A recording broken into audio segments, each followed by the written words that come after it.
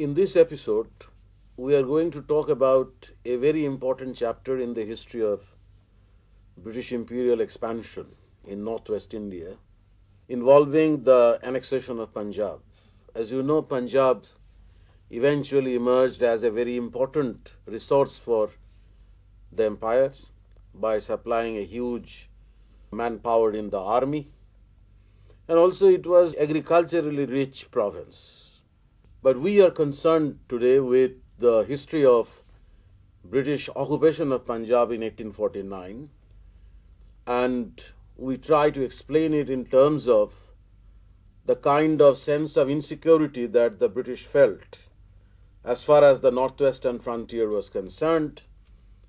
And in an attempt to explain this, we have to emphasize two basic points.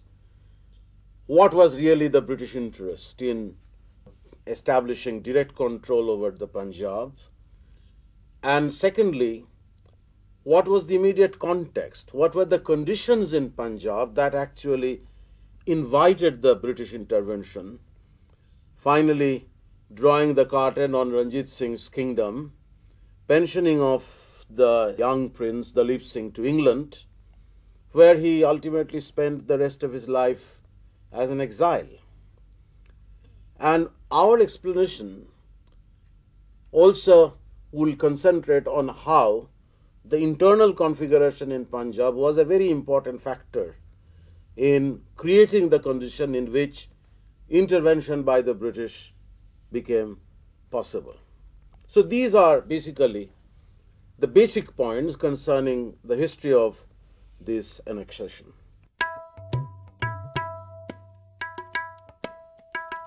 Before you actually get into the history of how Punjab was annexed, it is important to locate a very significant change in the nature of British imperialism in the early part of the 19th century. The British became more aggressive, particularly after the Marathas were vanquished in 1818. After the settlement of the Marathas, that gave the British a measure of self-confidence. They became more aggressive at one level, they became more interfering at another level.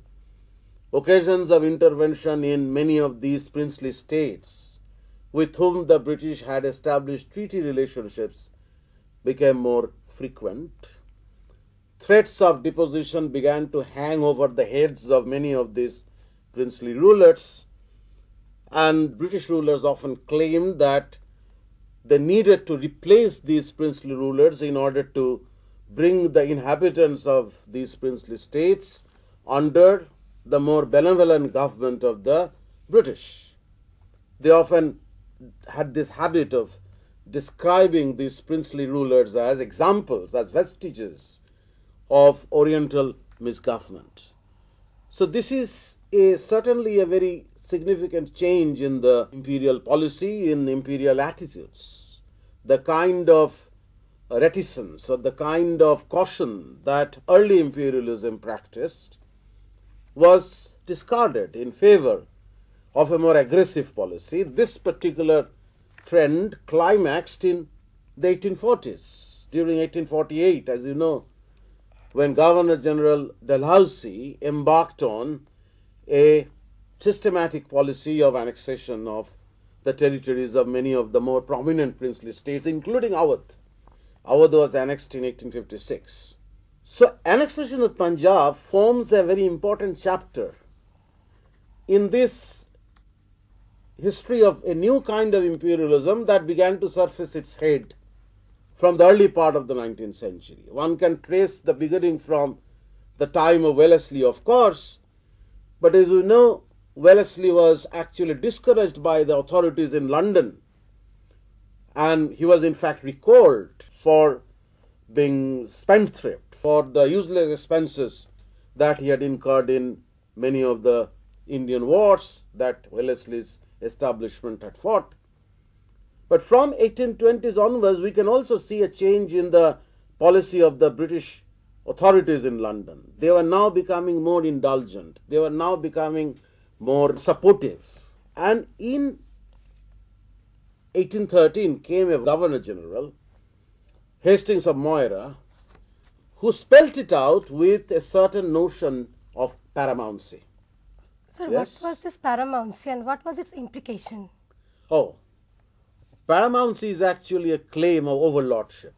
The Hastings of Moira, who was the Governor General from 1813 onwards, and during his time, in fact, the interventionism was revived after a gap of a few years when the company's authorities in London had given a mandate for non-intervention. The paramountcy, as a theory, tried to establish the authority of the British Empire over these princely states. I mean, the princely states were tied in treaty relationship with the company, but the paramountcy tried to define a relationship by which the company was the superior, the company was the boss, and these princely states, whatever be their status, even if you have a large state like Hyderabad, the Hyderabad also had to accept the dictates of the company's authorities. This is actually the meaning of paramountcy. But in the long run, as you can see, paramountcy also involved these occasions for more direct intervention by the British, to the extent or to the point of the government of the princely states being directly taken over by the British authorities. So you can see a change also. If paramountcy implied the superior position of the company vis-a-vis the princely states, the paramountcy also implied in the long run a shift towards a position where the company would become so interfering that the existence of these princely states would also be threatened. So this is the reason why I would argue that annexation of Punjab has to be located, has to be situated in this larger historical backdrop of a new kind of imperialism which was becoming more aggressive, more interfering, more conscious about the security of the empire. Now, this particular aspect of the security of the empire actually brings us face to face with a situation in Punjab after the collapse of Ranjit Singh's kingdom. This was in the fourth decade of the 19th century when intervention in this region, not just in Punjab but also in Sindh, because Sindh was annexed in 1839, to a large extent such interventions were provoked by the fear of a troubled frontier. Because once Ranjit Singh's kingdom collapsed, instability became rampant. In this kind of an endemic instability, the British authorities were fearful about a possible Russian advance, Russian intervention in the region. This is what is called Russophobia. The possible intervention by the Russians in the region were provoking them or were persuading the British to take a new look at the policy. The policy that they had pursued earlier was to prop up Ranjit Singh's regime as a possible bulwark against invasions from the northwest, a barrier against the Afghans, a barrier against possible invaders from the northwestern region. But once Ranjit Singh was not there, this policy had to be changed. Sir, how was the stability achieved by Ranjit Singh? This is actually a question that requires us to go back in time to the 18th century.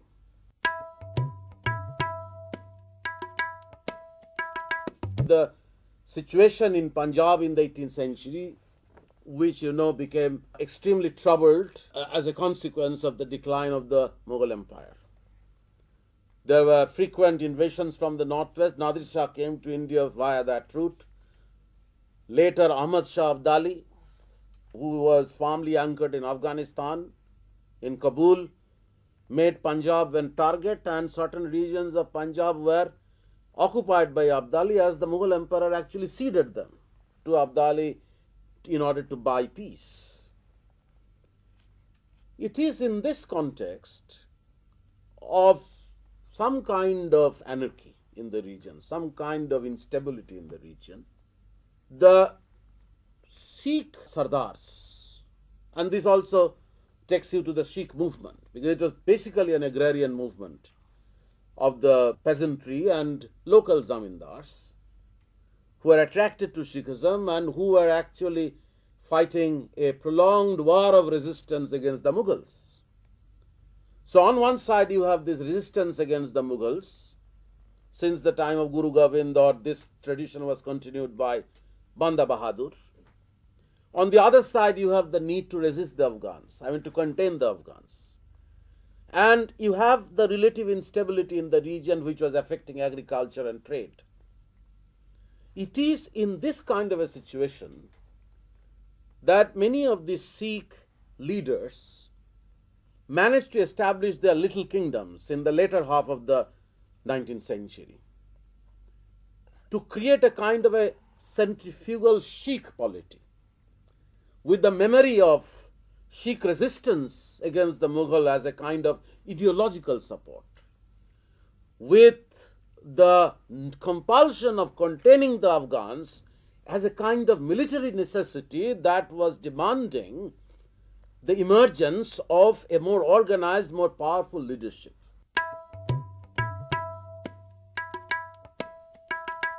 In order to understand the conditions in which the emergence of Ranjit Singh as a powerful Sikh leader was possible, you have to look at the later half of the 18th century when many of the local Sikh Sardars were setting up their own little kingdoms in the agrarian regions of Punjab, in the Doabs. There were many Doabs. You have Bari Doab, Jalandhar Doab, Rachna Doab, Sindh Sagar Doab. This entire region is crisscrossed by these many rivers, 5 rivers. In that troubled condition, these Sikh Sardars, locally powerful bosses, locally powerful leaders, created certain institutions. For example, you have this institution of Rakhi, whereby they promised protection for a certain amount of revenue, for a certain amount of resource, that the peasants were obliged to offer them in return for protection.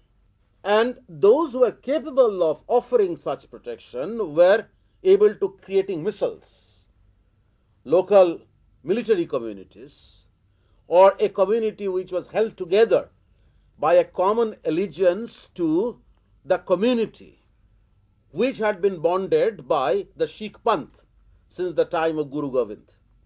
So an allegiance to the Panth, allegiance to the community, was the ideological cement that held many of these missiles together to create a kind of Sikh polity based on Dal Khalsa on the one hand, the military wing of it, and Gurmat on the other. The Gurmat is basically a kind of consensual decision that these leaders were actually arriving at about what to do with their own little kingdoms, what to do with the life of the community, etc. And such decisions were usually taken at Amritsar, but one could perhaps arrive at this kind of a consensual decision or Gurmat even in a battlefield. The idea was that in order to bind this community together, as it was trying to fight out its existence with different kinds of enemies in the region, it was important to sanctify all the decisions that the community leaders were taking with reference to the Guru. So these are some of the institutions, some of the ideas which lent a measure of stability, attempts by the Sikh leaders to create a stable order. As you come to the question of how Ranjit Singh emerged as a powerful Sikh leader, you have to consider this old point of containment of an enemy. And in this particular case, we have Zaman Shah from Kabul. Zaman Shah was a successor of Abdali, and Zaman Shah was actually was looking at this alluvial, fertile region, which demanded a certain kind of resistance by the Sikhs, who had already become very powerful in the Doabs as leaders of the missiles. So it was this necessity that eventually made for the rise of Ranjit Singh, a member of the Sukarchakia missile, as the leading Sikh leader. So then what was the source of the strength for Ranjit Singh? The main source of strength for Ranjit Singh was his army. The army which was modelled on European East India Company's army. The cavalry was well organized. It was officered and trained by Europeans. You have this system of vassalage that Ranjit Singh introduced, that all these great chiefs in other places became his vassals. But as you know, vassalage was only a step towards final subjugation of these Sikh leaders by Ranjit Singh. There was a period of expansion also. Initially, once Ranjit Singh was firmly established in Lahore in 1799, then Amritsar came under his control in 1805, and the control over the holy city of Amritsar gave Ranjit Singh a certain advantage. And with his control established in the Doabs, he began to move further westwards and northwards, bringing under his control the hill chiefs in Jammu and Kangra, and containing the Afghans. The Afghan strongholds at Multan or at Peshawar fell one after another. So this was how the basis of a powerful kingdom was created, and this powerful kingdom was capable of generating a measure of prosperity as well. It was natural for Ranjit Singh to look after irrigation facilities for the peasants, because ultimately the Sikh state was a peasant state. I mean, the main support base was the rural peasantry, the Jat Sikhs basically, who were agriculturists. But at the same time, the kind of security that the Ranjit Singh regime had been able to bring about in Punjab at the close of the 18th century, with the memory of great dislocation in the earlier part of the 18th century in the backdrop, the trade that had shrunk in the earlier part of the century had begun to revive. So trade brought prosperity, greater income. Artisanal industry began to flourish. Lahore once again became an important center of artisanal production.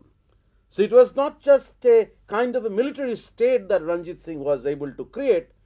This military state could draw on huge economic resources as well, resources generated by agriculture, by the revival of trade, by revival of handicrafts. And that, I think, gave Ranjit Singh the kind of power that he was able to wield over the entire region, the kind of power with which he was able to pacify the other Sikh chiefs, keep them under his control, gradually expanding the territory, bringing them under a network of vassalage before they became parts of directly ruled territories. The stable political order, however, didn't have a long life after Ranjit Singh's death. In June 1839, he died, and his death was followed by the usual factional and family rivalries. And that situation of relative instability made for an important change in British policy, a departure from the position that the British had taken in 1809 in the Treaty of Amritsar.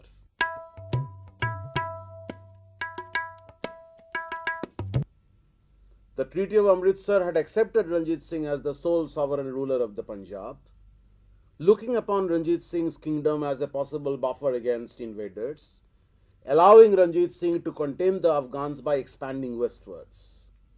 Once Ranjit Singh was not there, once the regime was threatening to split into factions, was actually the family itself became divided, the British had to also change their position, their priorities, particularly because of this fear that I was talking about, the fear of an invader, the Russians in particular.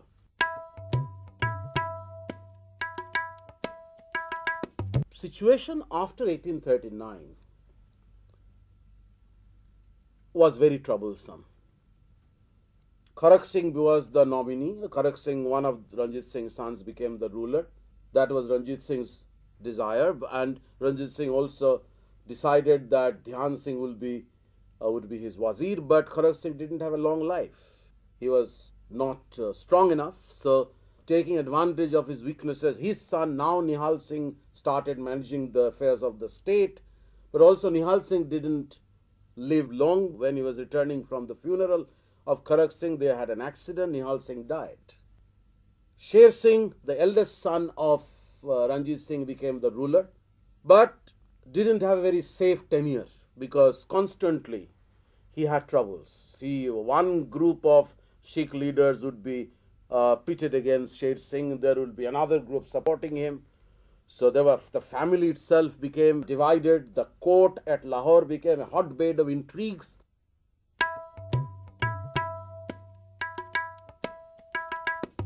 Chand Kaur, the mother of Nihal Singh, actually became an enemy of Sher Singh and was claiming that she should function as a regent till Nihal Singh's widow gave birth to a posthumous child.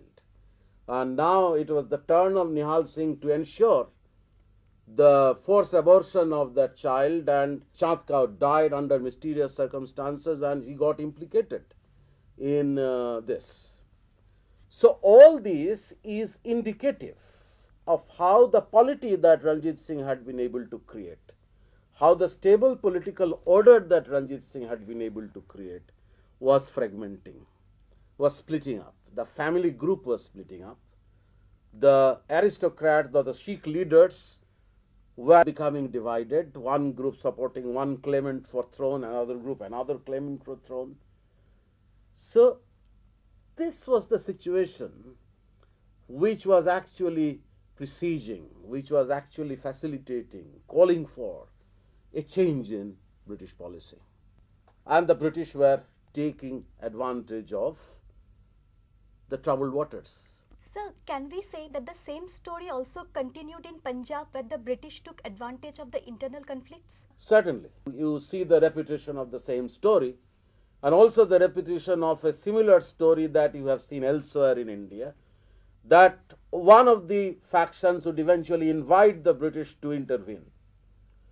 So when Sher Singh, for example, was trying to contain his enemies, both Sher Singh's party and the rival party would actually approach the British for some kind of support and protection. Now this would become more dangerous around 1843, when these palace intrigues and these troubles would lead to a bloody climax.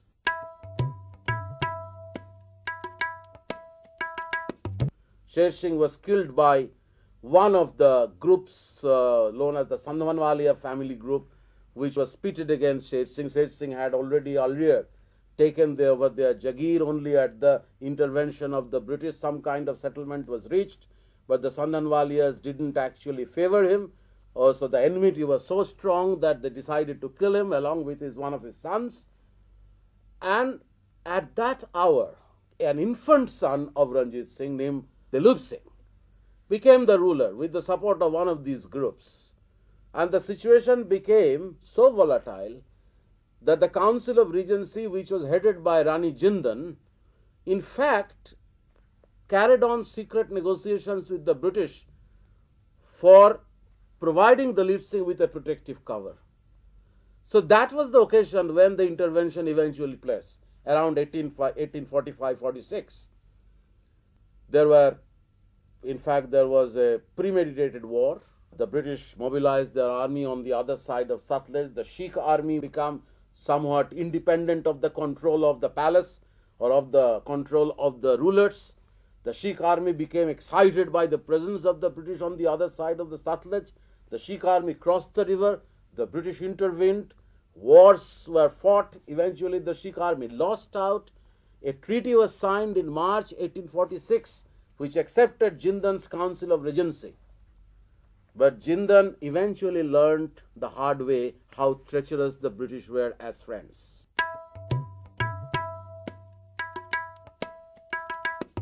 In December 1846, another treaty was signed, in terms of which Jindan was pensioned off. And she had nothing else to do. I mean, she had to accept. Two major functionaries were also removed. The entire power in the state was taken over by the British resident, who was now a permanent fixture in the Dilip Singh's court. The army was stationed, the British army was stationed at Lahore. So virtually control was established by early 1847. Still, Punjab was a kind of a princely state under the control of the resident, the British resident, whose authority was recognized by the Treaty of December 1846.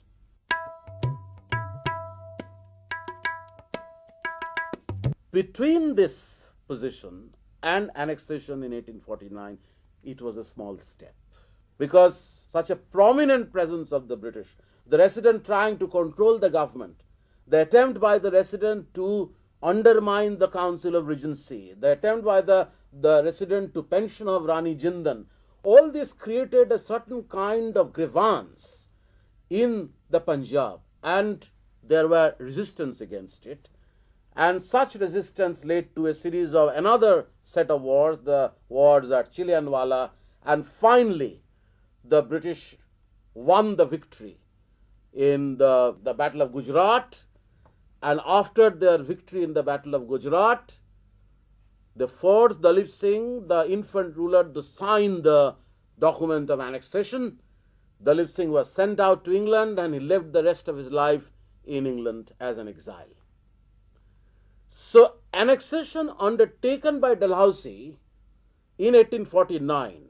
Dalhousie came to India in 1848. I have talked about his aggressive imperial policy, was a logical outcome of the kind of opportunity that the British received or British got in 1845-46 to intervene in Punjab more strongly, more directly, by a radical departure from the position that they had taken in 1809 in the Treaty of Amritsar.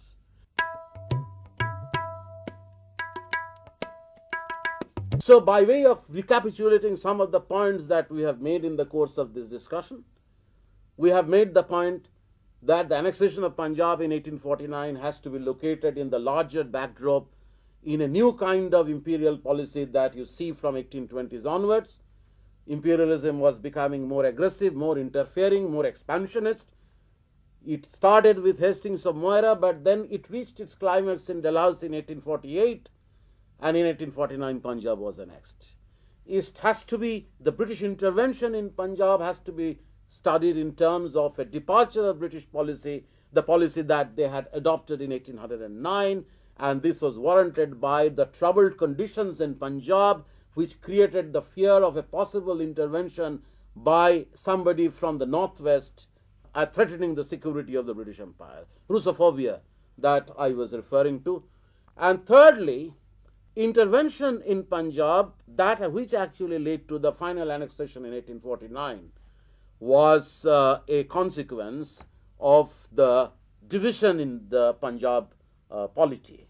The rival groups of aristocrats competing for power, the rival family groups looking for the throne, all these rival groups were actually trying to forge connections with the British for their protection, and that gave the opportunity to the British to make their presence felt in the Punjab by stationing the resident, by stationing the army, by making the resident all powerful in 1845-46, even before the annexation had taken place.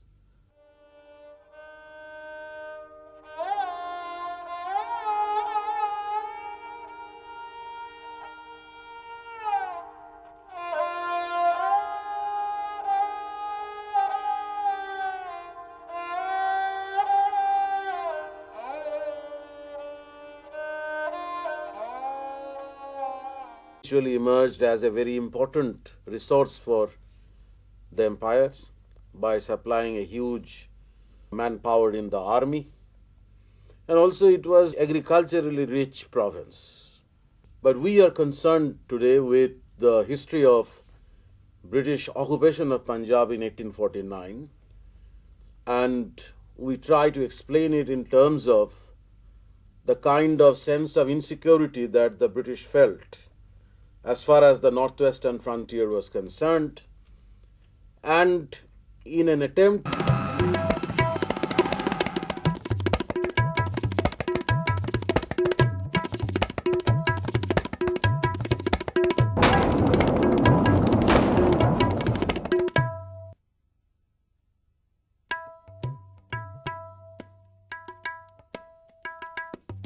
in this episode, we are going to talk about a very important chapter in the history of British imperial expansion in northwest India, involving the annexation of Punjab. As you know, Punjab eventually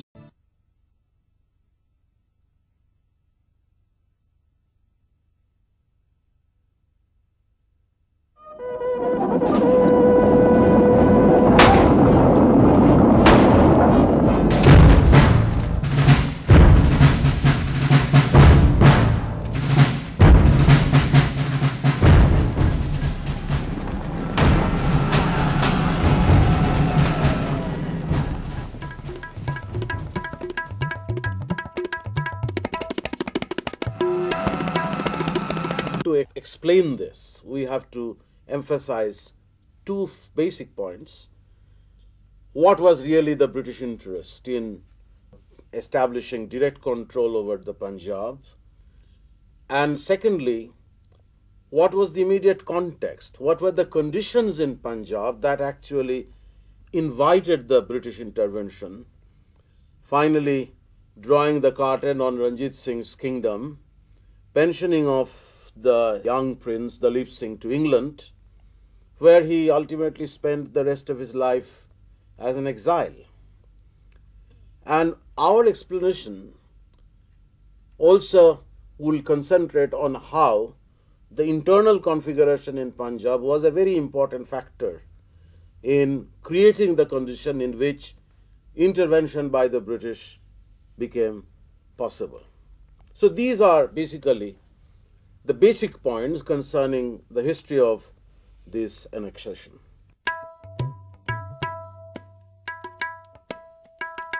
Before you actually